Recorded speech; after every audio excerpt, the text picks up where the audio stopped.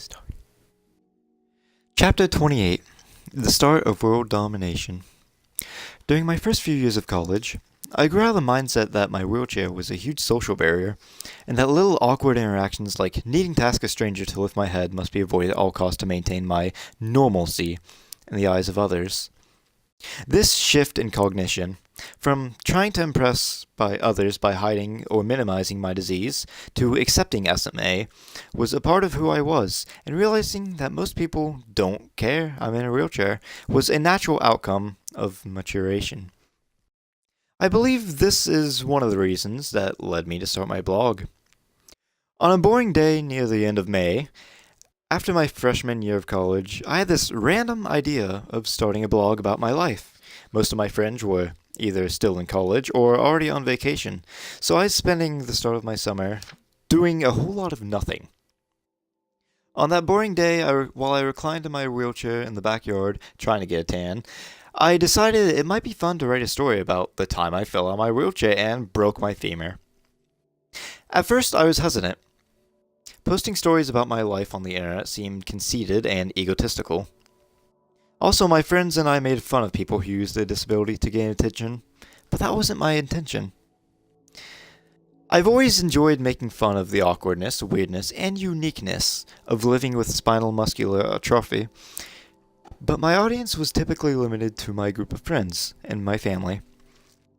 For some reason that I don't think I'll ever fully understand, I felt a sudden urge to make more people laugh at my disease.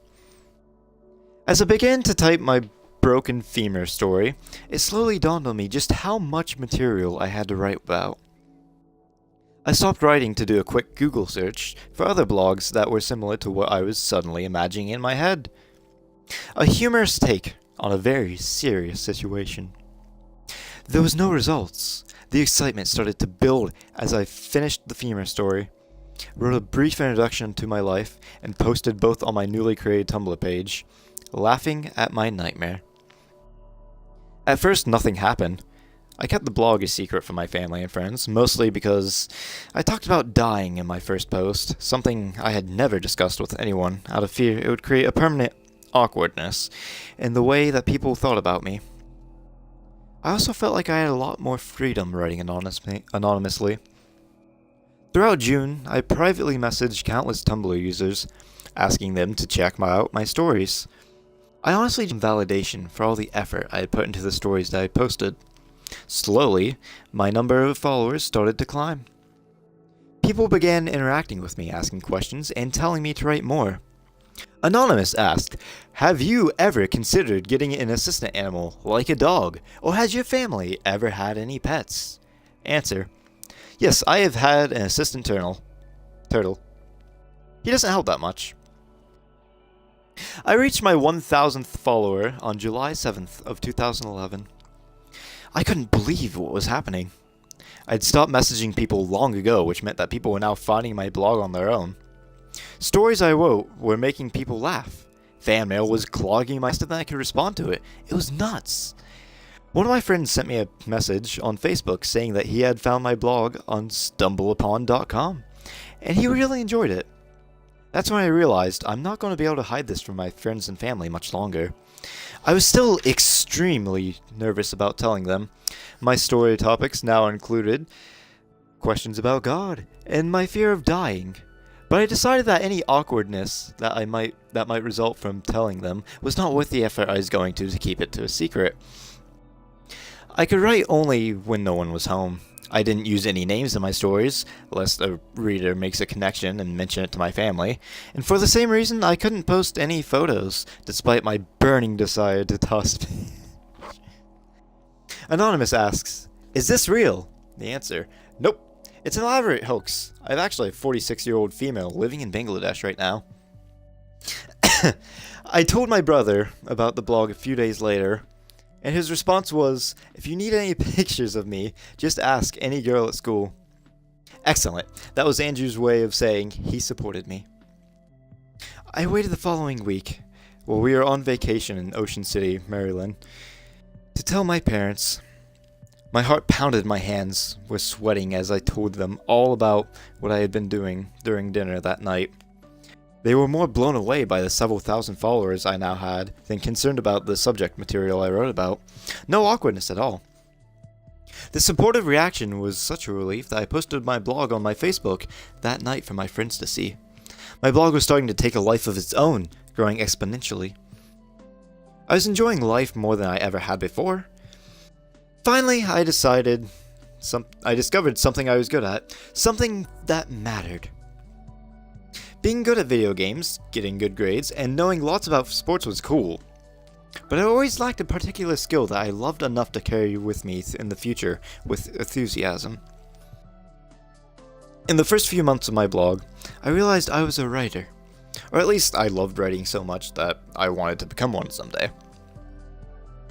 By August, several newspapers and online news websites had even contacted me about doing stories. Everything started to feel unbelievable. 3 months prior, I had posted a dumb little story about me breaking my femur, and now people wanted to write stories about me? My blog was a source for entertainment, but I realized I had the opportunity to make a real impact on the world. In January, I started a non-profit organization called Laughing at My Nightmare Incorporated. With a group of awesome individuals, our mission was to encourage individuals to remain positive in the face of adversity through the use of humor, while also supporting muscular dystrophy research. The idea for Laughing at My Nightmare Incorporated came from the readers from my blog, and a series of conversations I had with my cousin, Sarah Brokaw, Becca's older sister. Sarah transferred to Morven during my sophomore year. Just as the blog was starting to skyrocket, we ate lunch together, and the hot topic of discussion was usually the craziness of my blog's popularity. We scrolled through the abundance of emails I was getting from all over the world and marveled at how honest, complete strangers were being with me. A man from New York wrote to me to tell me that he was contemplating suicide when he found my blog. Its messages of using humor to cope with adversity, he said, kept him from putting his thoughts to actions that night. A man recounted his life of cross-dressing to me in a lengthy email, detailing moments of intense anguish and hopelessness. He said my blog made him see life in a completely new way. He's going to start letting go of the anger he felt inside and from the prejudice he faced, and focus on living more positively. A teenage girl with cancer told me that my stories were helping her laugh amid the tortures of chemo. Laughing just felt so good, she said. That's really where the idea originated. Sarah and I felt hundreds of those emails that laughter wasn't just fun, it was needed. And how could we take the message and put it out there for even more people to grab hold of?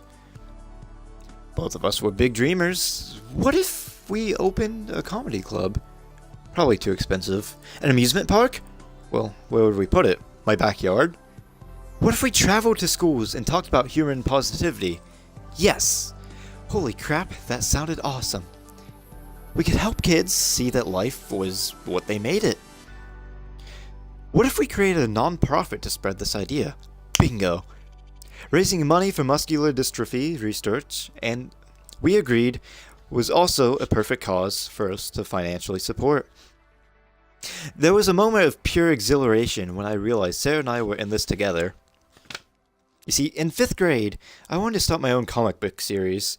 The idea died when my best friends lost enthusiasm after the first issue. Too much work. In 6th grade, I tried to start a skateboarding team. Oh my god. But nobody wanted to practice. They just wanted to design a logo and tell people they were on a skate team. In 8th grade, Pat, my brother's friend, Andrew, and I set up a lemonade stand, way too old, I know, and made $132 in one day. The next morning, I pleaded with them to set up the stand for one more day. We could have done it every day and been millionaires by the end of the summer. Too much work, not enough fun. Let's just go spend the money, they said. I felt like all my grand ideas throughout life have been squandered by the laziness of my friends. When we decided to start a non-profit, Sarah was the ball of fiery enthusiasm, and her excitement made me more excited than the idea itself. Eventually, we began a 6-month process, lawyers and businessers working hours every day to formulate a brand and activities we would do. and filling out more paperwork than I ever wanted to think about again. But on that first day, as our nonprofit baby was birthed, we wanted to accomplish something to make it seem real. We decided to sell something with our name on it. Not only would they raise some startup funds, but it would also spread awareness.